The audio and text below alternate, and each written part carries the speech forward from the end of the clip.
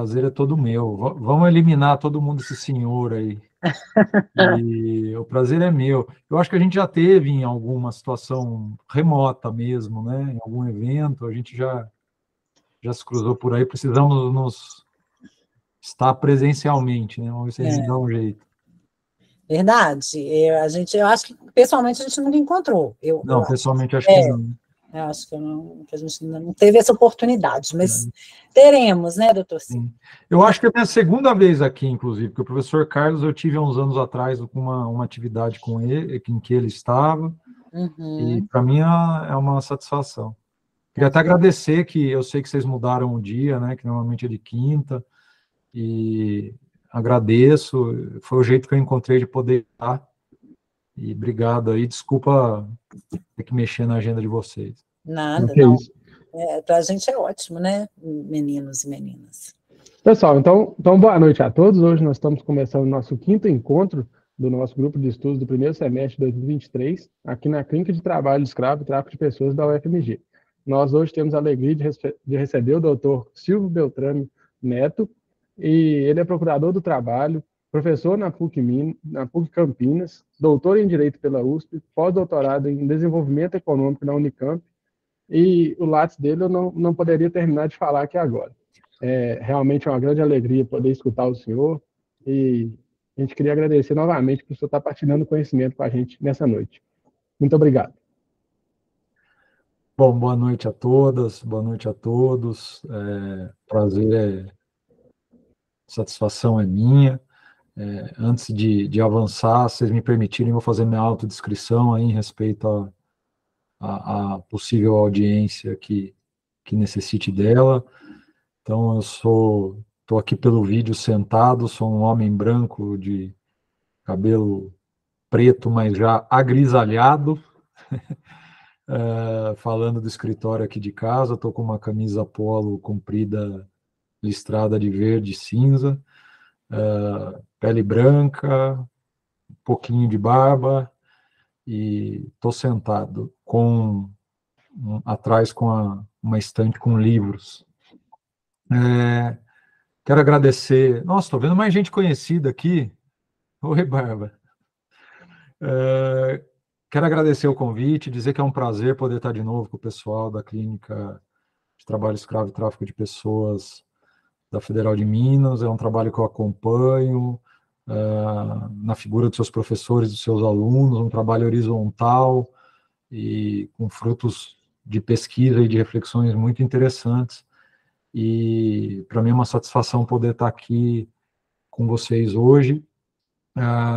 Pelo que eu entendi, eu estou fechando esse ciclo atual de palestra, se eu não estiver equivocado, e queria, então, agradecer mesmo a oportunidade de falar desse tema, né? Então, aproveito, apresento a professora Lívia, agradecendo a pessoa dela o convite, dos estudantes que entraram em contato comigo, o Henrique, o Leandro e os demais que estão aqui, que também ajudam a organizar o grupo. Bom, eu vi que esse semestre, eu entrei lá na agenda de vocês e vi que esse semestre vocês estavam discutindo jornada, né? E muita gente excelente passou por aqui já, e isso me traz uma responsabilidade enorme, né?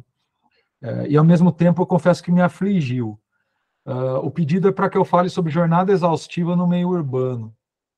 E esse é um tema, o tema da jornada, que eu vou me permitir ampliar um pouco. O tema do tempo de trabalho é um tema que vem me afligindo já faz um tempo. Seja porque é um tema que está no meu dia a dia no Ministério Público do Trabalho, seja porque é um tema que no direito do trabalho ele é central, mas seja porque eu também me vejo como um sujeito desse fenômeno, né?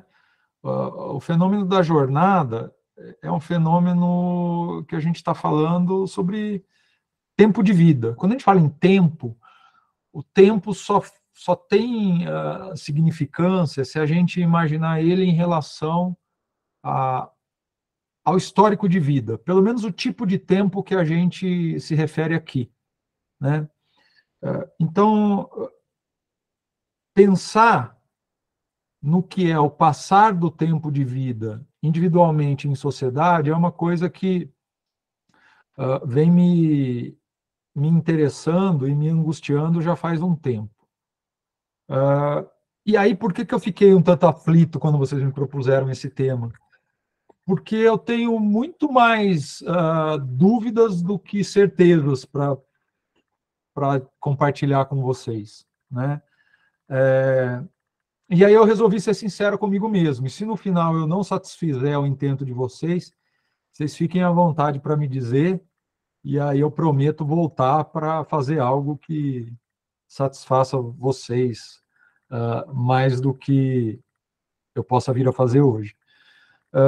Mas é a partir dessa premissa, de um tempo enquanto algo relacionado diretamente à corporalidade individual e societal. A partir dessa perspectiva que eu vou desenvolver algumas reflexões com vocês aqui, que são eminentemente interdisciplinares. Então, se eu repetir o que já foi dito, ou se de alguma maneira eu não chegar onde vocês gostariam, a gente vai ter os debates para tentar suprir essas eventuais lacunas, tá? Foi me perguntado também se eu ia usar os slides, eu preferi não, para a gente poder ter esse contato visual aqui, a distância remota já exige bastante da gente em termos de atenção, e me foi perguntado se eu teria algum material para dividir. E aí eu respondi que, na verdade, o material ele ia aparecer durante a minha fala.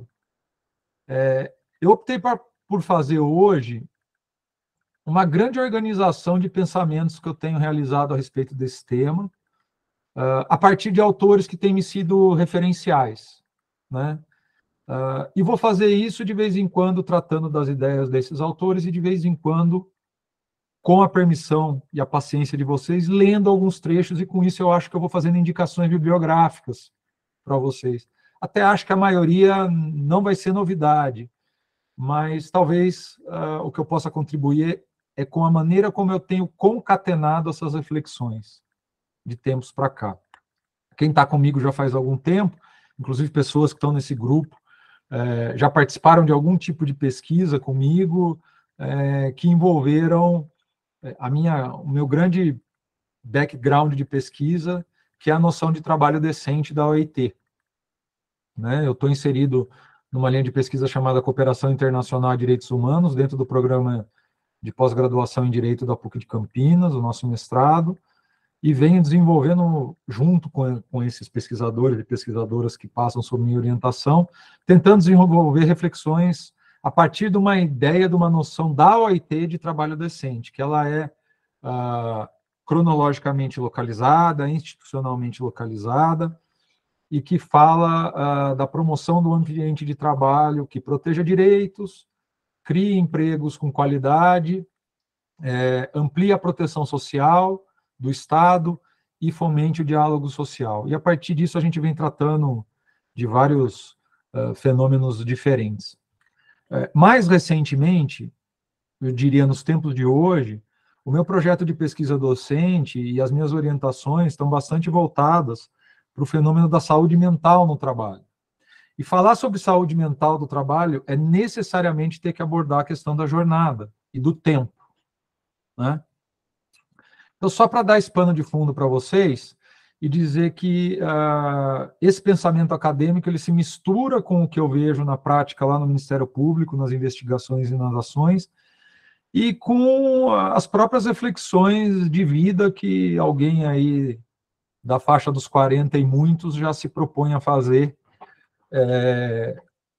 a respeito da sua trajetória e da trajetória sua dentro do mundo e do mundo em que ele está inserido.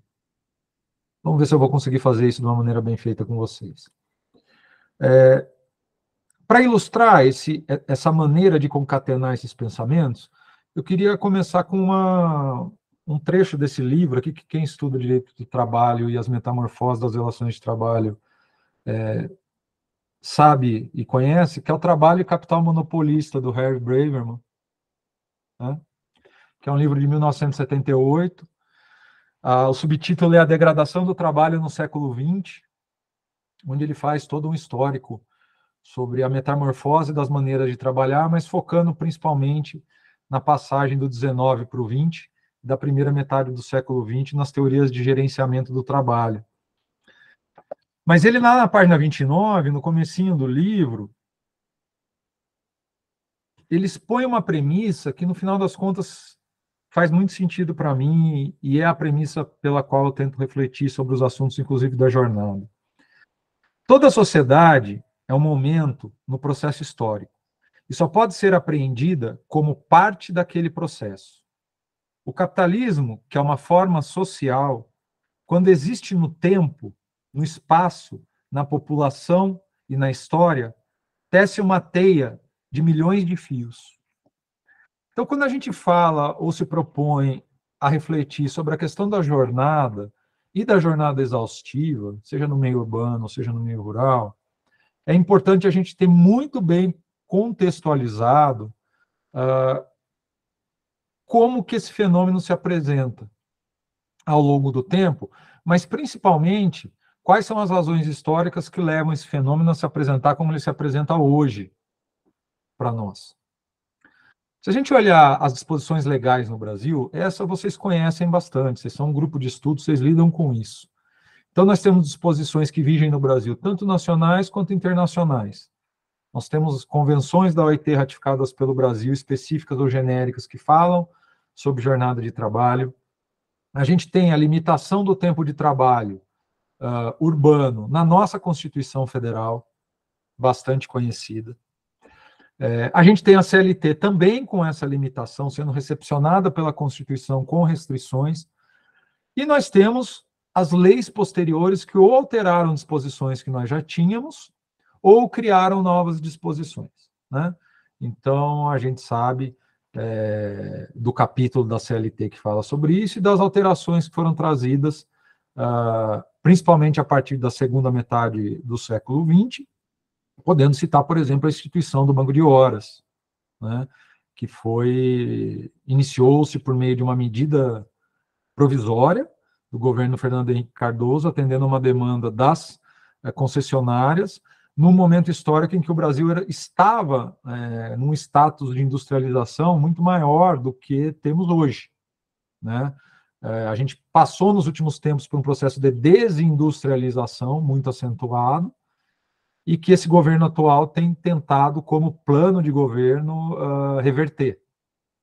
Não sei se vai ter sucesso. O Brasil ele se fixa no mundo como um grande player da produção do agronegócio, mas em termos industriais ele sofreu uma retração, nós sabemos disso. Então, muito da questão do banco de horas está vinculado a esse momento. Depois, essa medida provisória foi convertida em lei, e depois a lei da reforma trabalhista veio e alterou vários aspectos da jornada de trabalho, né? Tanto da jornada de trabalho no seu microcosmos, a gente pode chamar assim, que tem a ver com a jornada diária, a jornada semanal, quanto em relação a intervalos e períodos mais longos de descanso, como, por exemplo, férias. Seria possível fazer um estudo dogmático dessas alterações legislativas e algumas análises a respeito delas. Mas acontece que se eu fizesse isso, eu não estaria sendo honesto com o atual estágio dos meus interesses de pesquisa e reflexões. E eu acredito que o que vocês querem é o que eu possa trazer de mais contemporâneo que eu tenho pensado sobre o tema.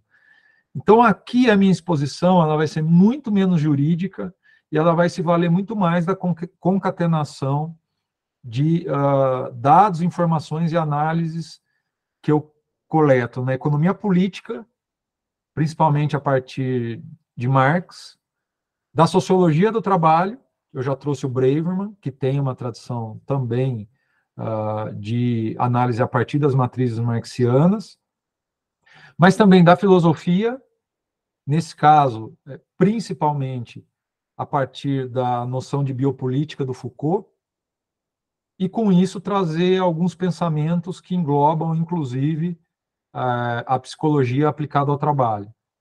Então, eu sinto de tempos já a necessidade de fazer pesquisas e análises que se abram para essa interdisciplinariedade e que ela possa ampliar os horizontes de olhar, para daí a gente poder voltar para o jurídico e encarar análises jurídicas com uma reflexão crítica que vá além do dogmatismo. E aqui é preciso que eu fale que eu não estou desmerecendo a importância dos estudos dogmáticos. Muito pelo contrário, eu acho que eles têm seu lugar, eles são importantes. Mas no meu caso, no meu espaço de reflexão, eu priorizo essa reflexão interdisciplinar.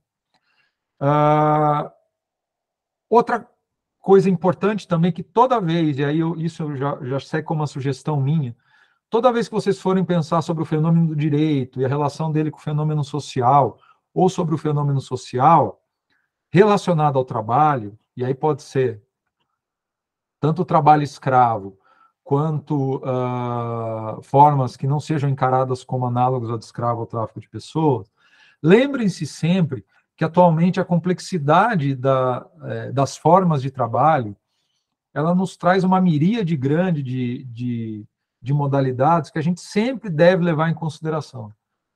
Então, esse tipo de análise tem que sempre pensar que a gente tem uma distinção que o próprio Marx já fazia entre trabalho produtivo e trabalho improdutivo, e aí não é uma categoria baseada numa ideia de resultado ou não resultado, mas simplesmente trabalho produtivo, na visão de Marx, é aquele trabalho que produz mercadoria, e a mercadoria é aquele elemento que vai ser objeto de troca econômica. E o trabalho improdutivo é todo aquele dispêndio de energia que não produz propriamente uma mercadoria. E aí a gente pode falar, por exemplo, dos serviços. Então, eu preciso tomar cuidado, porque trabalho produtivo e trabalho improdutivo não significa exatamente o que o conhecimento vulgar, no sentido de não especializado, possa pensar. E também existe a situação do trabalho formal e do trabalho informal. Então, eu tenho tido essa preocupação das análises, porque, se por um lado isso traz uma complexidade muito maior para a gente elaborar conclusões, por outro lado, ela faz com que a gente esteja alerta para também não fazer reflexões que sejam superficiais. Então, se eu estou pensando em trabalho análogo de escravo, se eu estou pensando em assédio moral, se eu estou pensando em acidentalidade do trabalho, se eu estou pensando em saúde mental no trabalho, eu tenho sempre que imaginar se as conclusões e as análises que eu estou fazendo, elas estão perfeitamente consoantes com o nicho que eu estou querendo atingir. E se eu estou querendo fazer conclusões genéricas, eu tenho que pensar, isso vale para o trabalho produtivo? Isso vale para o trabalho improdutivo? Vale para o trabalho formal? Vale para o trabalho informal? Né? Então, isso traz, de fato, uma carga de complexidade muito grande e faz com que a gente tenha que ter um determinado cuidado para estabelecer conclusões peremptórias sobre qualquer assunto que a gente queira analisar. Isso vale para a jornada exaustiva também. Quando a gente fala do termo jornada exaustiva, claro, a gente naturalmente remete para o artigo 149 do Código Penal e da tipificação do trabalho análogo à escravidão. É um dos elementos que autonomamente pode configurar o trabalho análogo ao de escravo. Mas, como eu disse para vocês, eu não vou me manter aqui no dogmatismo da letra legal, eu quero ampliar essa análise. Como tratar de toda e qualquer lei que queira lidar com a questão da jornada exaustiva, e presumo que todos aqui queiram lidar com essa questão de maneira a preveni-la, né? a repeli-la e não a disseminá-la. Como que a gente pode olhar para isso? E a lei, eu acho que a letra da lei, como é costume também do direito, ela não traz o alcance de todo o fenômeno. Né? Então, eu vou me valer aqui, como eu falei, de algumas ideias de vários desses campos que não são propriamente do direito.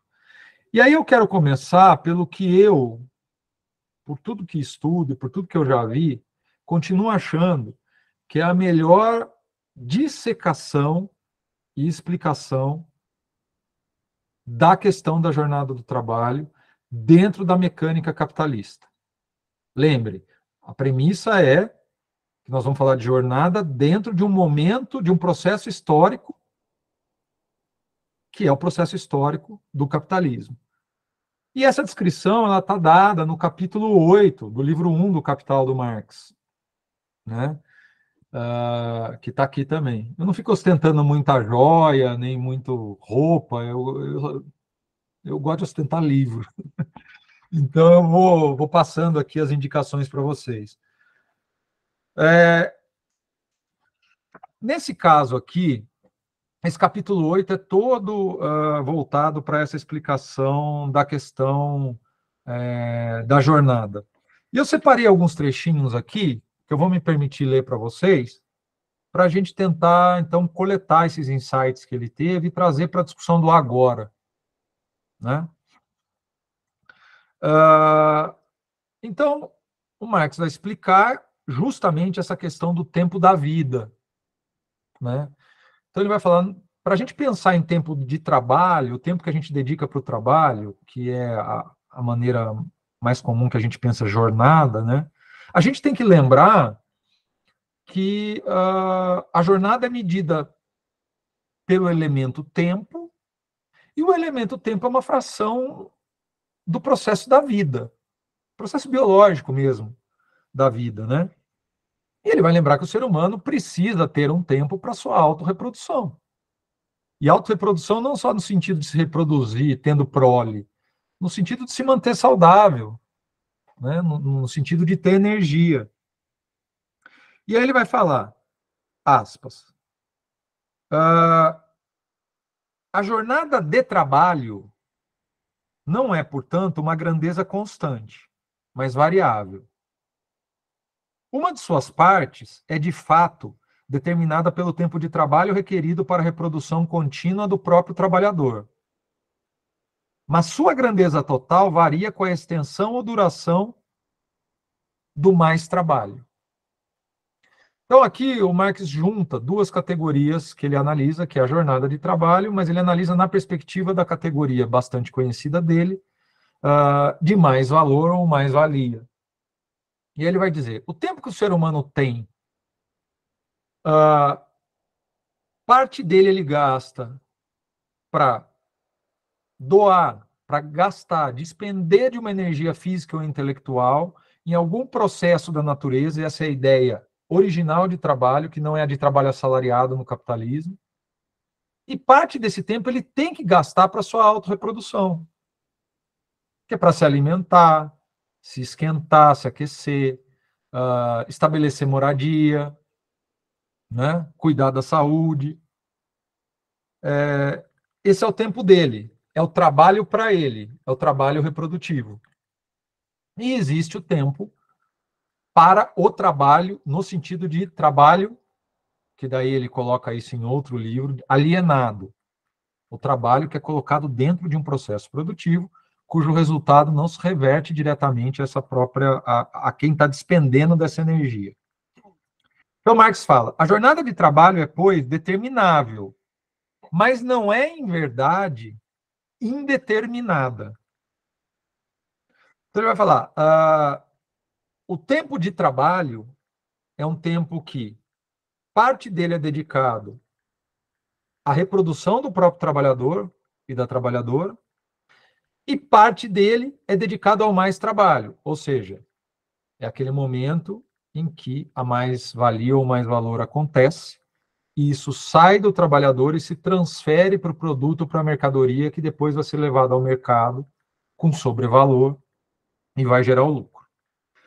Aí ele explica melhor. O trabalhador precisa de tempo para satisfazer as necessidades intelectuais e sociais, cuja extensão e número são determinados pelo nível geral de cultura de uma dada época. Isso é muito importante. Vou repetir. O trabalhador precisa de tempo para satisfazer as necessidades intelectuais e sociais, cuja extensão e número são determinados pelo nível geral de cultura de uma dada época. Então, de novo, a ideia de processo, de contexto histórico-cultural. Aí ele continua. A variação da jornada de trabalho se move, assim, no interior de limites físicos e sociais. Limites físicos e sociais. Porém, ambas as formas de limite não são de natureza muito elástica e permitem mais amplas variações. Então, Marx nos diz que a delimitação da jornada de trabalho, que inclusive pode acontecer, e normalmente, no nosso caso, acontece por via legal, Constituição, CLT, tratados internacionais, essa via legal e esse estabelecimento, ele se coloca no momento em que aquela é uma exigência que responde a demandas que são físicas, mas também são sociais ou históricos-sociais, né? Bom, seguindo aqui no capítulo 8 é bem extenso, né?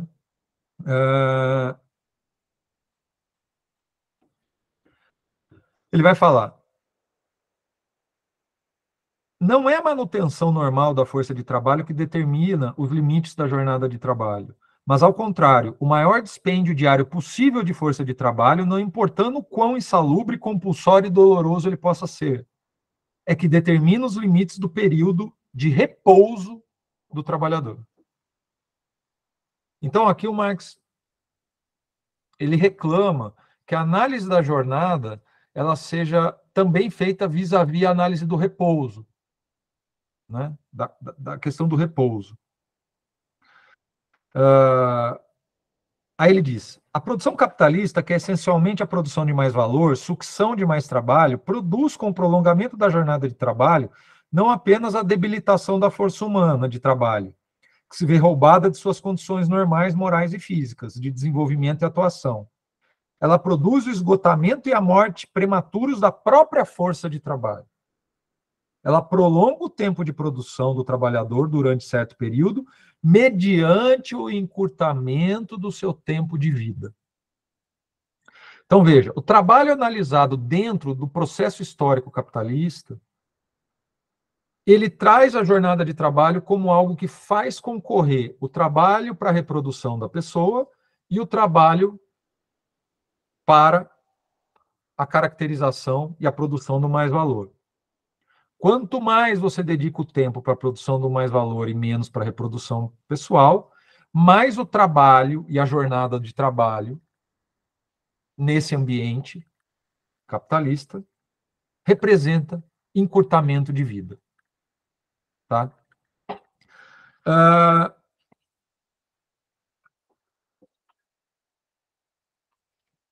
Aí ele vai falar sobre o papel do Estado, os limites que o Estado impõe a essa jornada, né? E aqui a gente chega no aspecto legal.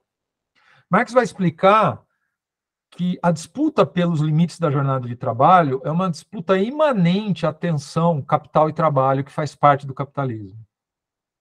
Esse tema é um tema central. E eu acho que esse argumento dele é irredarguível.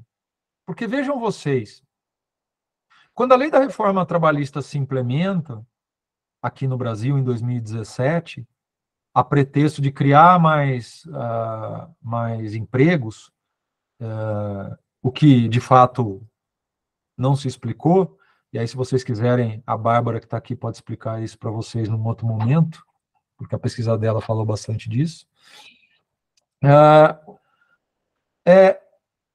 Ele vai mexer, a reforma trabalhista vai mexer em pontos nevrálgicos da jornada de trabalho, né? Para citar alguns, o elastecimento da possibilidade de banco de horas por acordo individual. E, em certos casos, a própria alteração unilateral acaba sendo chancelada por acordo individual, né? A ampliação das possibilidades de realizar acertos relacionados à jornada, sobre hora extra, sobre férias, tudo, em princípio, a partir de acordos individuais, né? Sistemas de jornada diferentes, a possibilidade de você flexibilizar uma jornada que é extremamente extenuante, que é a 12/36, se nós levarmos em consideração que essa jornada usualmente é utilizada para a pessoa ter mais de um trabalho nesse tipo de sistema de jornada. Então, a luta pelo controle dos limites, ela é uma luta que ela faz parte da tensão capital e trabalho. Enquanto a gente estiver dentro de um modelo societal capitalista, essa tensão ela sempre vai existir. O Marx já falou isso desde lá de trás. As primeiras normas do que a gente conhece hoje como um sistema de proteção de direito trabalhista, elas tiveram que lidar justamente com a questão da limitação do trabalho, né? Aí ele vai falar, ó, de certo, as pretensões do capital em estado embrionário, então a gente está falando lá do começo do capitalismo, né? Quando em seu processo de formação ele garante seu direito à absorção de uma quantidade suficiente de mais trabalho, não apenas mediante a simples força das relações econômicas, mas também por meio da ajuda do poder estatal, parecem ser muito modestas se comparada com as concessões que ele, rosnando e relutando, é obrigado a fazer quando adulto. Então ele está dizendo o seguinte, ó, o capitalismo, no seu começo, na sua fase embrionária, ele queria o mais trabalho, o máximo possível a todo custo. E mesmo rosnando, ele teve que se curvar a limites estatais em um determinado momento. Segue o Marx. Foi preciso esperar séculos para que o trabalhador livre, entre aspas, em consequência de um modo de produção capitalista desenvolvido, aceitasse livremente, isto é, fosse socialmente coagido, a vender a totalidade de seu tempo ativo de vida, até mesmo sua própria capacidade de trabalho, pelo preço dos meios de subsistência que lhes são habituais, e sua progenitura por um prato de lentilhas. Então ele está falando, houve limites, mas esses limites também levaram o trabalhador a aceitar uma condição de limite que não necessariamente o levava para uma condição melhor de vida, né? Bom, então temos que a questão da jornada de trabalho ela é central e ela figura de uma maneira central aí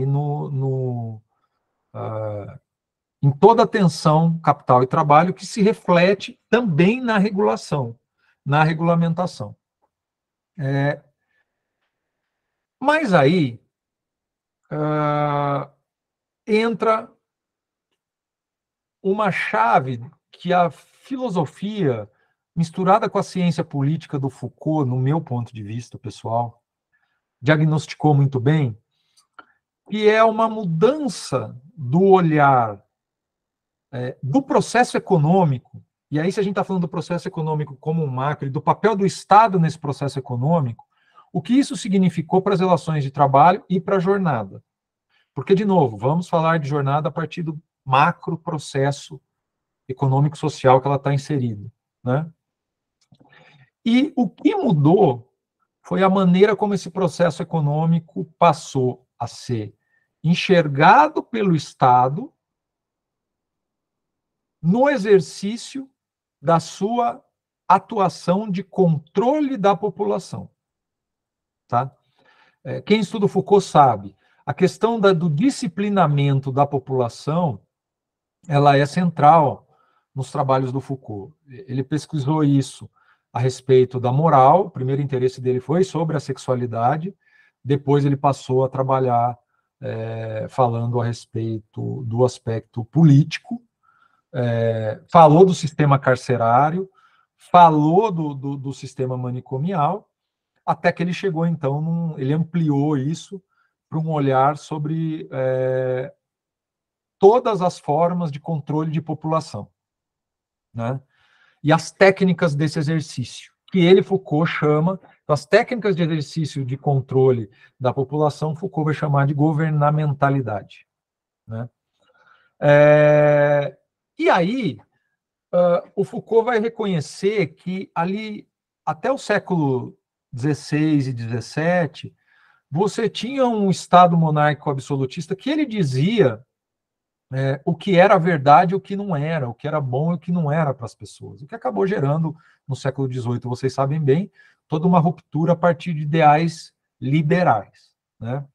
A partir do século XVIII, isso começa a mudar com a instalação de uma ideia de liberalismo, não só no direito, mas também na economia e na ética, E esse processo de veredicção, esse é um termo do Foucault, né, de quem diz a verdade, ele se desloca do governo para o mercado, já que nós estamos dentro agora já de um modelo estatal capitalista, né?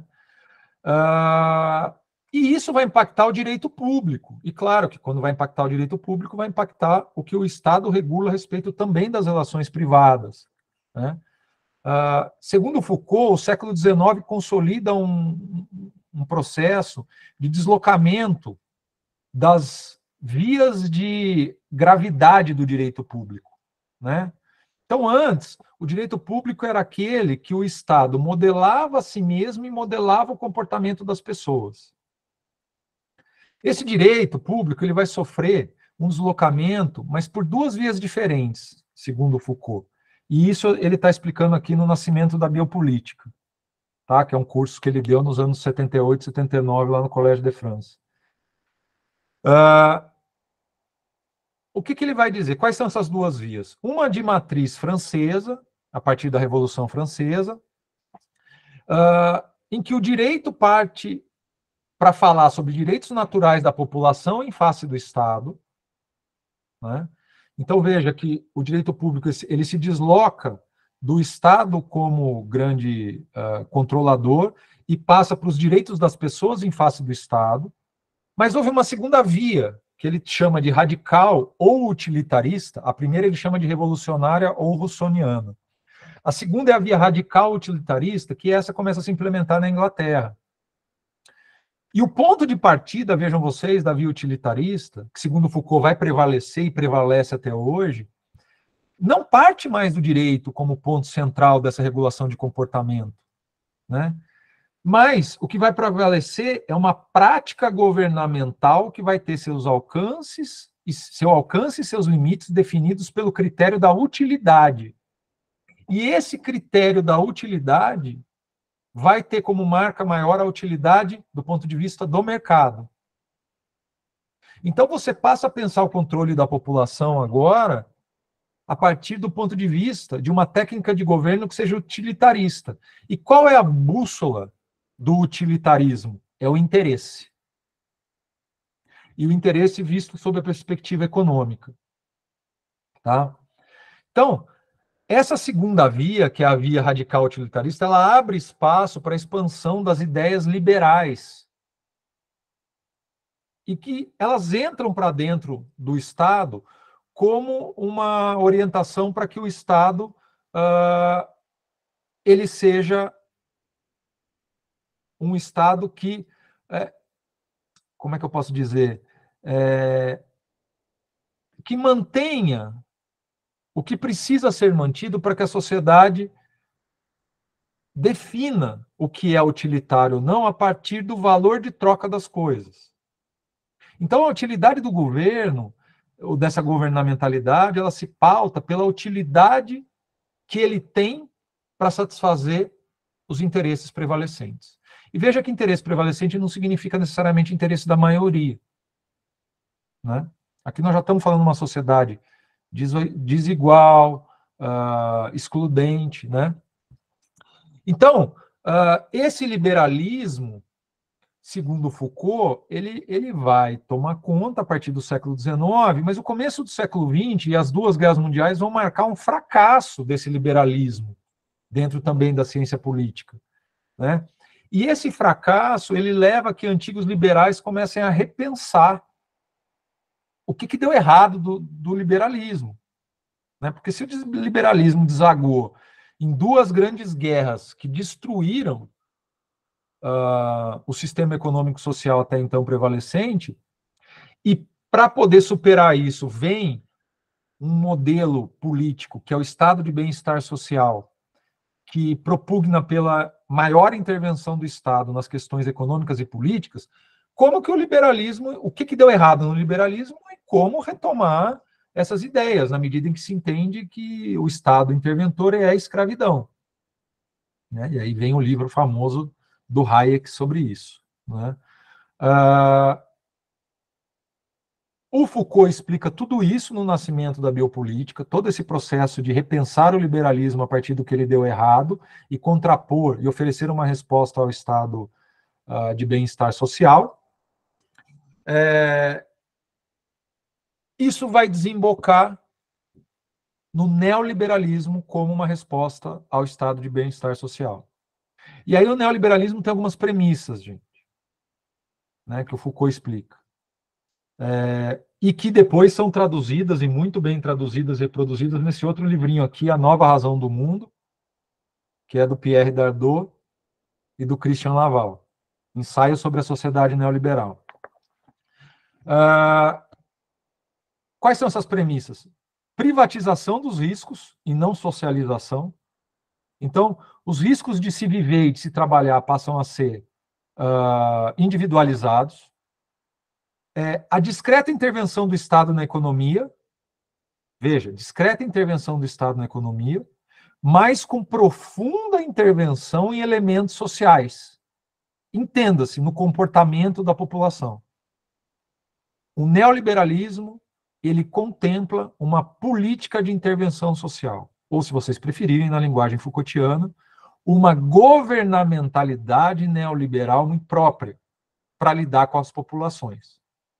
Mas ele segue tendo essa pegada utilitarista, né? A partir disso, a população, enquanto massa a ser governada, ela passa a ser entendida, sob o viés neoliberal, como uma sociedade administrada como uma empresa. Ela tem que dar lucro, ela tem que ser eficiente, né? E o Estado, então, encampa essa ideia. E ele passa a ser entendido como o ente promotor da cultura de livre concorrência, como instrumento principal de modulação dos interesses e dos comportamentos dessa população. E nesse contexto, o direito também é redefinido.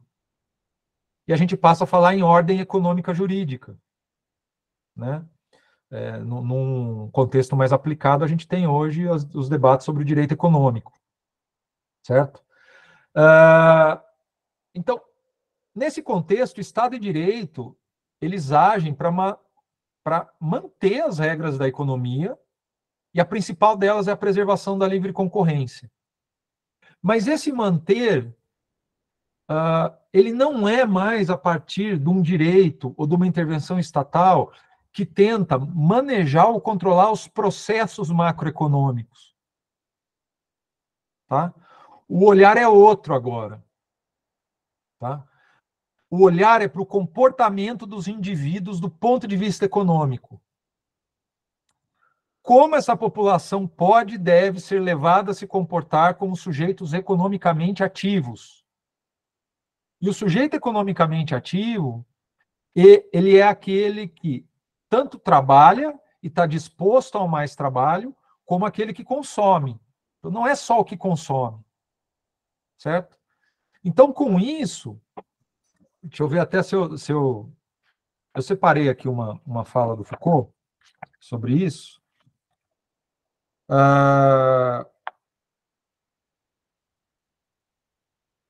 Ele vai falar o seguinte, ó. É o mercado que vai fazer com que o governo doravante, para poder ser um bom governo, deva funcionar com a verdade. Né? É o lugar que eu diria de veridicção. A veridicção, ela sai do Estado e vai para o mercado.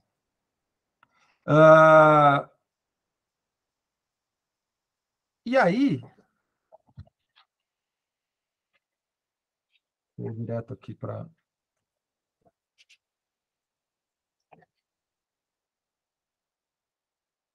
Ele vai dizer, ó, a economia, portanto, e agora ele está falando da perspectiva neoliberal, a economia, portanto, já não é análise de processos, é análise de uma atividade.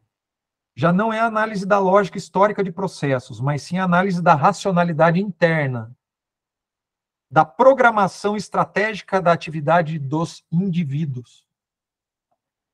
Né?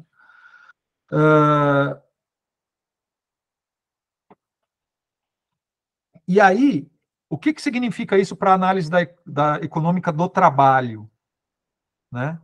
O problema fundamental, essencial que se formulará quando se pretender fazer análise do trabalho em termos econômicos, no pensamento neoliberal, será saber como é que quem trabalha utiliza os recursos que dispõe. Significa que para introduzir o trabalho no campo da análise econômica será preciso estar no ponto de vista de quem trabalha. Colocar-se no ponto de vista do trabalhador e fazer pela primeira vez com que o trabalhador seja, na análise econômica, não um objeto, o objeto de uma oferta e de uma procura na forma da força de trabalho, mas um sujeito economicamente ativo. Então, aquele ideal capitalista lá de trás, que era o sujeito como detentor de força de trabalho que o capital precisa, já não é mais isso. A análise econômica do trabalho é uma análise que tem que olhar pela perspectiva do indivíduo e pensa como esse indivíduo pode oferecer o que eu preciso a partir do que ele já tem para dar. Então, como dizem o Dardot e o Laval, a economia tornou-se um processo subjetivo. E atenção, gente, de motivações psicológicas e competências específicas. E aí entra todo um campo da economia que quem conhece já ouviu falar, que é o campo da economia da teoria da escolha. Quais escolhas os indivíduos fazem para consumir, para trabalhar? Né? Bom, isso nos leva necessariamente a pensar que esse Estado promove uma governamentalidade para que também seja promovida e instigada nos termos do Foucault, do Dardot e Laval e de outros tantos autores, subjetividade neoliberal. Por que eu estou fazendo digressões a esse ponto, gente? Porque eu vou concluir dizendo, e eu já estou me encaminhando para a conclusão, aqui vai um pequeno spoiler, que não dá para a gente pensar a jornada exaustiva sem pensar que essa discussão está posta num contexto generalizado de reprodução de subjetividade neoliberal. E o que é essa subjetividade neoliberal? Ela continua tratando a jornada de trabalho como aquele fator elementar do capitalismo, necessário para o capitalismo, mas ela amplia sobremaneira as suas possibilidades de exploração e reduz sobremaneira as potencialidades de resistência das pessoas. Então, o sujeito neoliberal, a subjetividade neoliberal, ela é aquela que produz um sujeito econômico que, assumindo os seus próprios riscos, ou pelo menos pensando que assume os seus próprios riscos, trabalha e consome como atividades supostamente espontâneas e decorrente exclusivamente do seu próprio esforço. O sujeito econômico é aquele que pensa que não está vendendo a sua força de trabalho e não consegue compreender que o tempo de trabalho é tempo de vida. Porque ele entende que o que ele está vendendo e negociando e lucrando é o seu capital. Então, veja, a força de trabalho para o sujeito neoliberal, ela não é mercadoria, ela é o capital dele. Né? E aí surge a expressão tão disseminada hoje em dia de capital humano. O Foucault fala bastante disso no Nascimento da Biopolítica. A ideia de que as pessoas entendam que elas nascem com capital humano, que Marx chamava de força de trabalho, que é aquela que ele precisa para se reproduzir. Não, é capital humano. Há donos de meios de produção, mas eu também sou dono, eu sou proprietário. O que eu tenho? O capital humano. Então, sob essa perspectiva, todos somos empresa. Todos temos capital próprio, ele é imanente à nossa condição humana.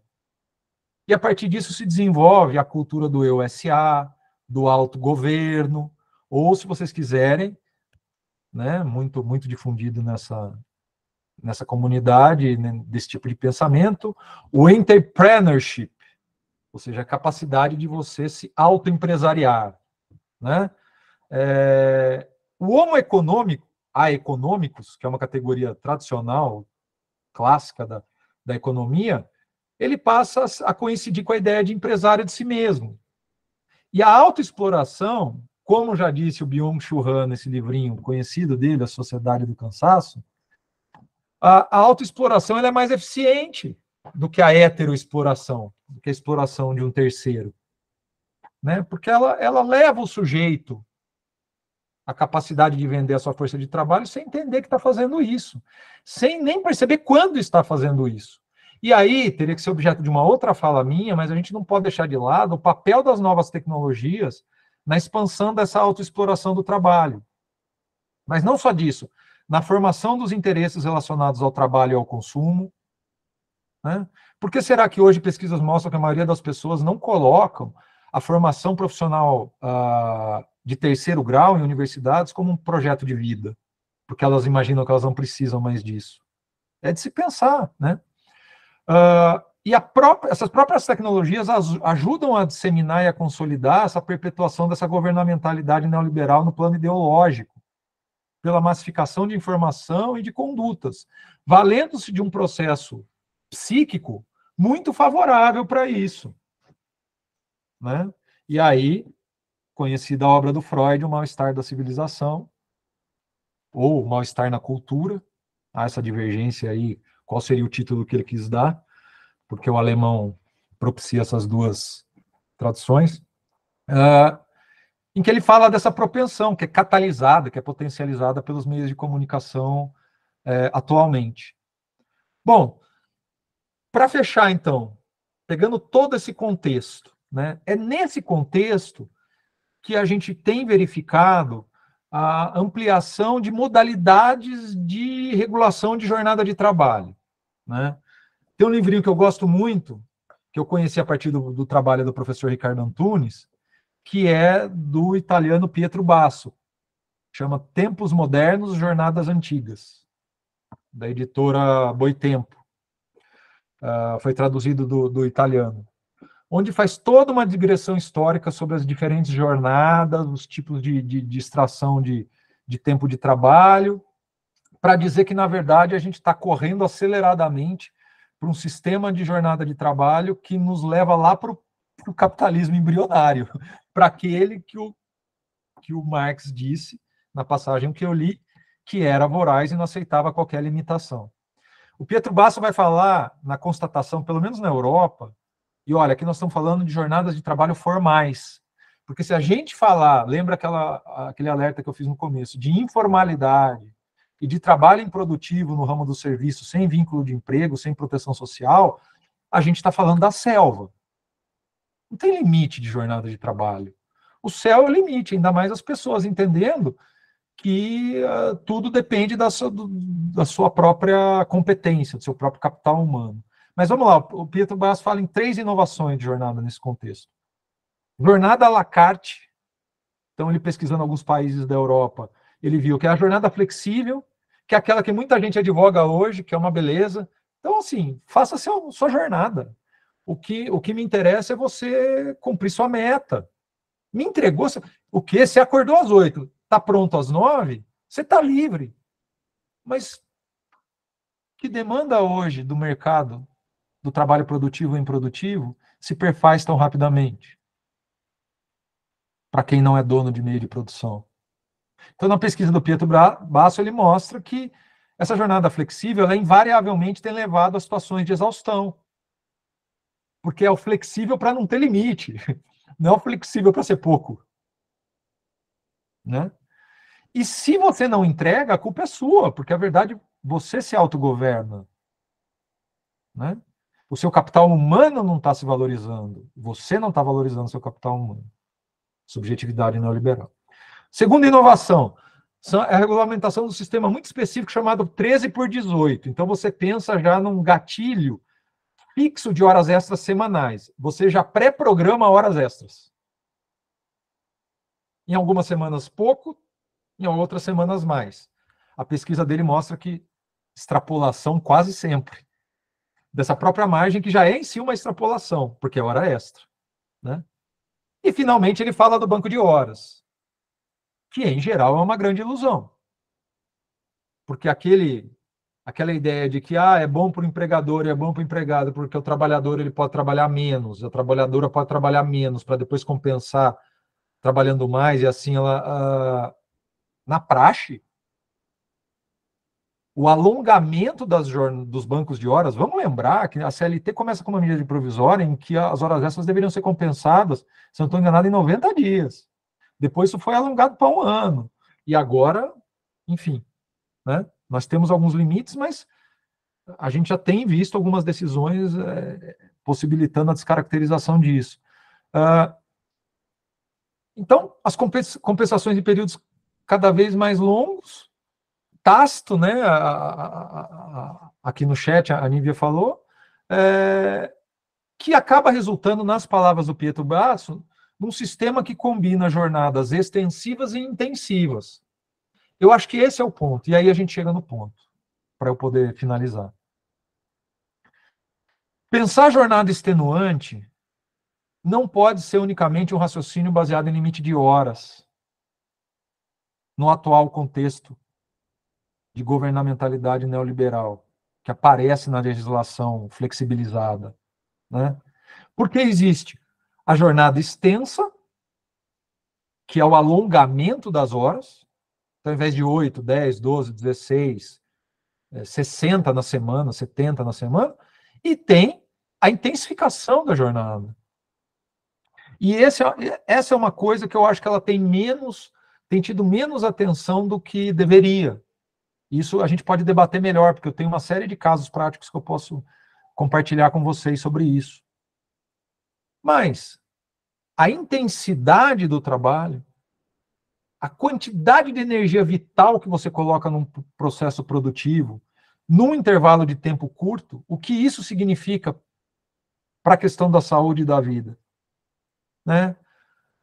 A limitação, e aí eu termino dizendo o seguinte, a limitação estatal da jornada, ela é de fato o resultado de longas lutas que não vão se acabar enquanto houver capitalismo, né?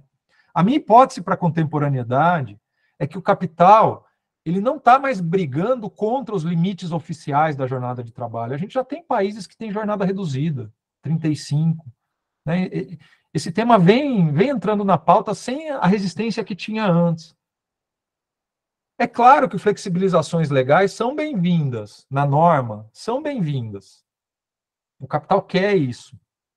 Mas também é certo que a nova forma neoliberal de extração de tempo de vida escapa de qualquer controle, porque ela está subjetivada, porque ela naturaliza como algo endógeno, espontâneo, pseudo-livremente arbitrado, o tempo de vida dedicado ao trabalho, como algo em benefício próprio do trabalhador, mas isso continua sendo, naqueles mesmos termos marxianos, tempo dedicado ao mais trabalho, e, portanto, tempo dedicado ao mais valor. Tenha você vínculo de emprego ou não tenha, seja você trabalhador formal ou informal, né? Só um olhar de totalidade ampliado. Bom, Silvio, mas então você vai terminar assim, né? Dizendo isso e já era. Possíveis ações, coisas que eu tenho pensado. Eu avisei vocês que eu não ia dar solução para nada. Eu ia compartilhar angústias. Mas eu acho que a gente pode pensar em soluções no plano da regulação e no plano da emancipação. No plano da regulação parece que está mais palpável, né? Eu acho que brigar por reduções de jornada de trabalho é importante.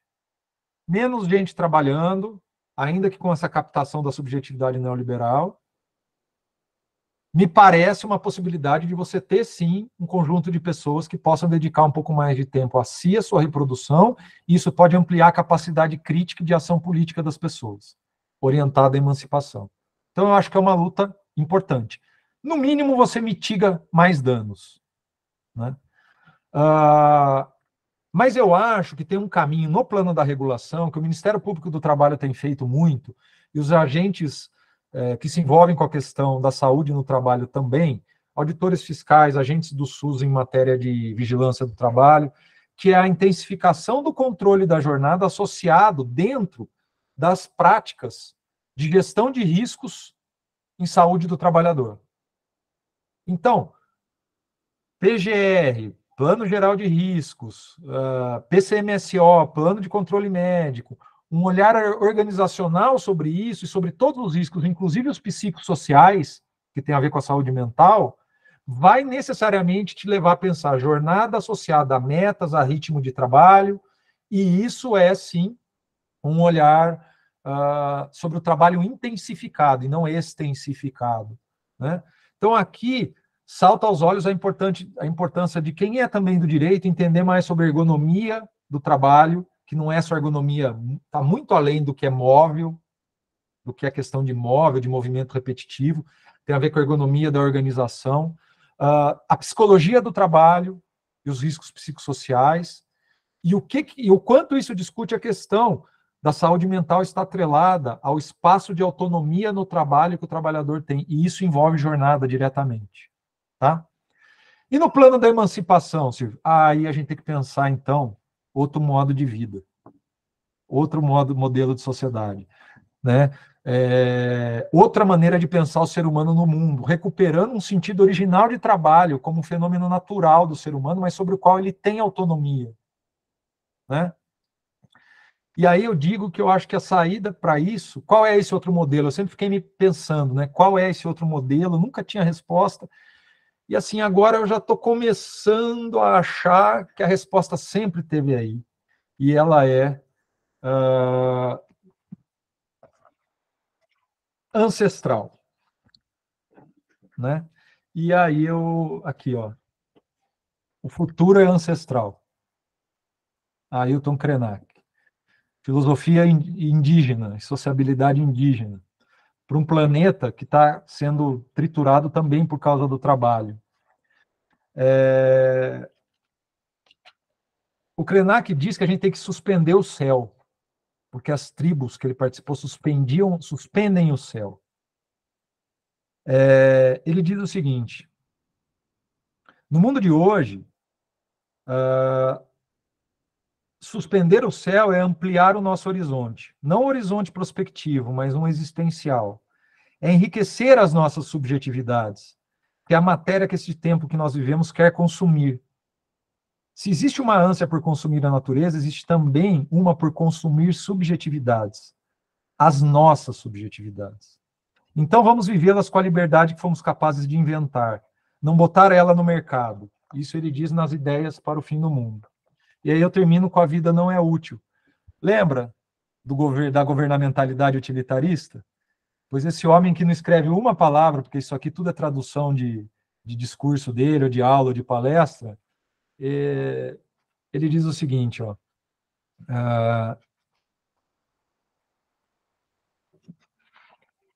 nós precisamos de uma operação de resgate que tem como intuito salvar o corpo que está sendo flagelado e levá-lo para um outro lugar onde está restaurado.